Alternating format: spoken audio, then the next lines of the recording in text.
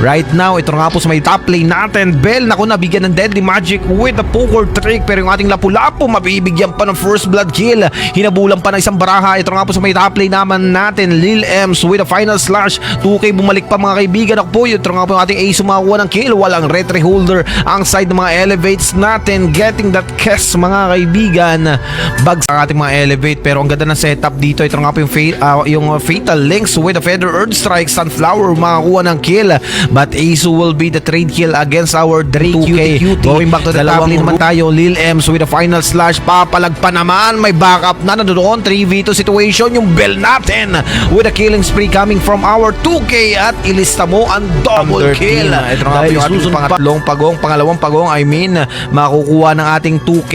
Ito nga po yung Fatal Links. Isa lang mahuhuli. 3v2 situation. Sunflower with a killing spree. 2K will gonna shut down by our Bell. Nako po, ang ganda ng palitan. But Kes will gonna secure the naman natin. Nako po yung Blazing Blue. Nandoon na nga po yung BMI Arrows. Gusto tumakbo. Nakapag-purify pa.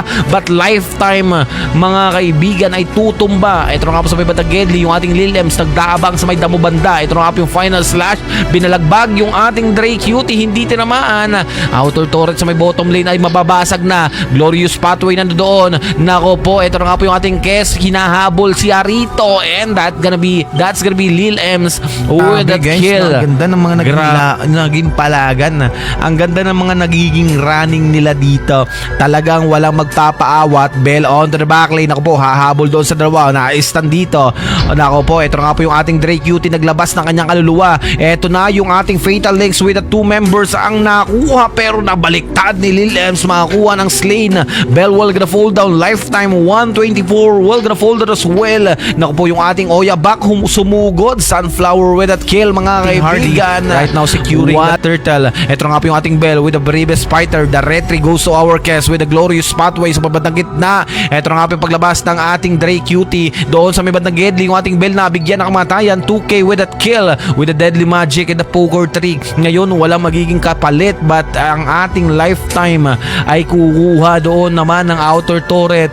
Tower versus the hero. Naku po, ito nga po yung Fury of the Phoenix. Ang ating Fatal Links with a Feather Earth Strike goes in. Kes with that kill. Lil Ems ay tutumba. Flicker out for our too easy for crazy. Yung Ace natin, hinaharang yung mga damage output. But Kes, kinain doon yung Deadly Magic. And that's gonna be a killing spree para nga po doon sa ating 2K mga kaibigan. Noble, katulad na sinabi natin kanina. But the Fatal Links with the Feather Earth Strike kasabay doon mga kaibigan. Yung ating bravest fighter. What a beautiful combination of skill. The layering of skill mga kaibigan. Napakaganda. Pero ito nga po sa may bandang Gedli. Yung ating Bell sinalo dito mga kaibigan. Yung Deadly Magic. Pero ito nga po, going back to the game. Ito nga po yung ating Zell. Nako po, yung Bell pala nabigyan ng kamatayan ng ating 2K. Ito nga po yung glorious pathway.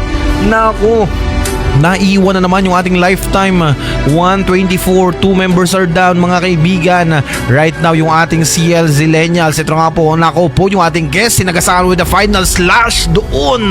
Aarons with that kill. Feather Earth Strike pathway. Yung ating guest sagasaan. Pumasok na with that beautiful Fatal Links with the Feather Earth Strike. Yung ating Sunflower ay tutumba. Shutdown kill coming in from our 2 easy for crazy. But right now mga kaibigan, yung ating Bell at yung ating Sunflower ay babagsak.